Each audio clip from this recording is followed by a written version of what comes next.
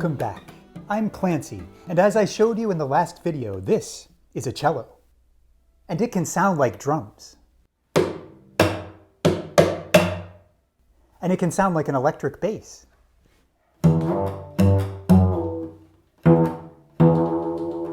And 4 of them can sound like a synthesizer.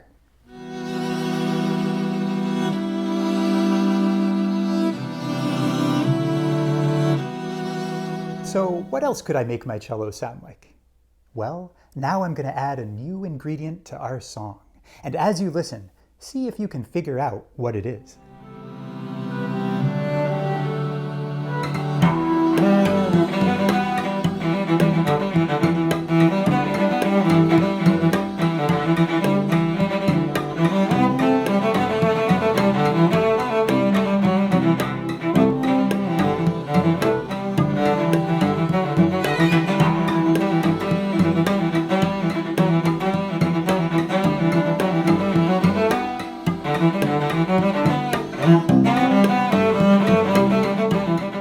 Any ideas?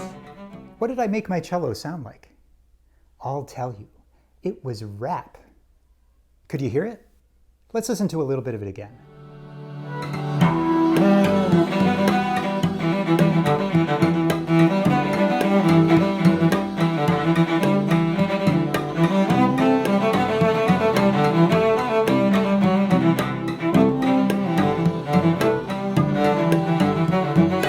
Ah! I just noticed. There's an elephant in the room. Let me address it.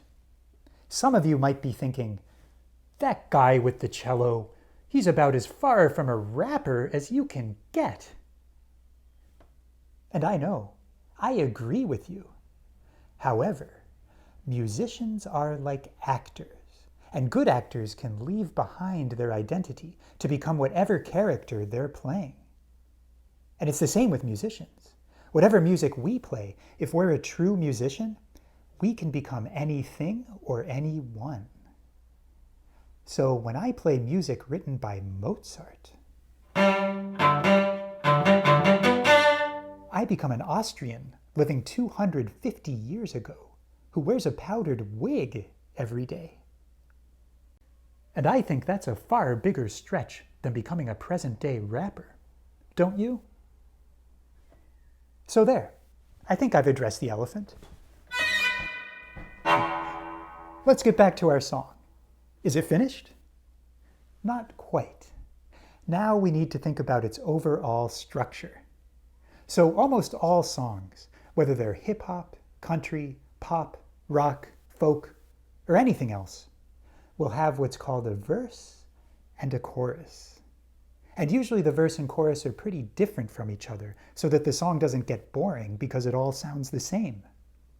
And in a lot of rap music, the rapper will rap during the verse, telling a story. And then in the chorus, he or she will be joined by others to sing a chant of some kind. And you want the chant to be really catchy. So here's a chant I came up with for this song's chorus.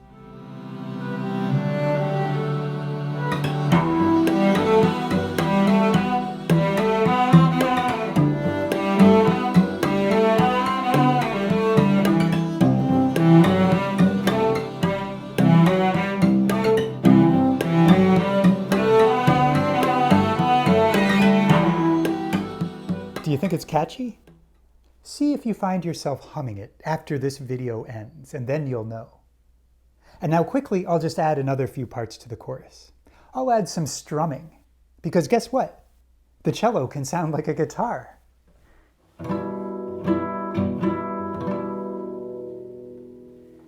And I'll add some plucking, which has a fancy Italian word, pizzicato. So now let's listen to the chorus again with all those parts.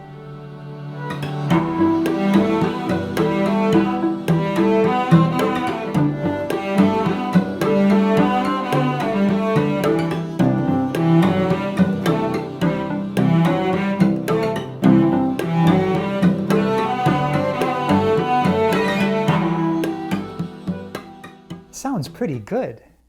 So now are we finished? We're getting close.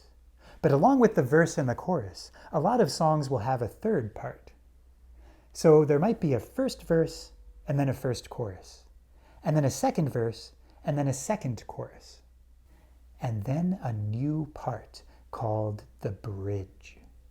And the bridge is often the most emotional part of the song, and while it may contain elements of the verse and chorus, it's usually pretty unique, and it'll often lead into a final chorus at the end of the song. So for our song's bridge, the major thing that I'm going to change is the harmony. Listen to this new harmony with just two Clancys playing along with the bass.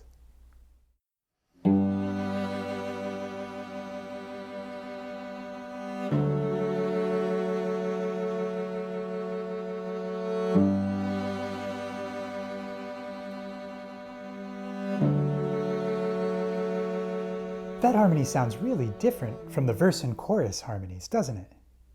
Like the sun's coming out, and everything's gonna be okay. And now, on top of that harmony, let's add a guest singer, which a lot of rap songs will have.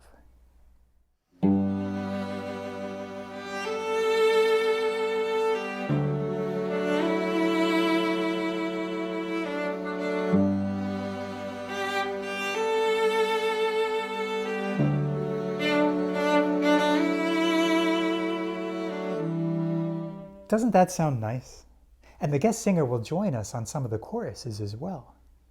And now let's add in the drums, and I'll replace the hip-hop drum with some fancy drumming on my cello.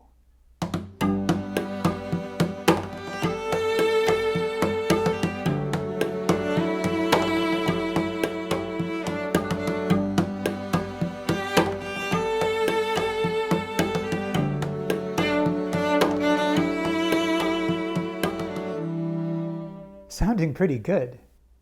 And believe it or not, the bridge is going to have a few other parts as well, including some rap. Which brings us to the moment we've been waiting for. Are you ready to hear the whole song from beginning to end? Let's listen to what we've created.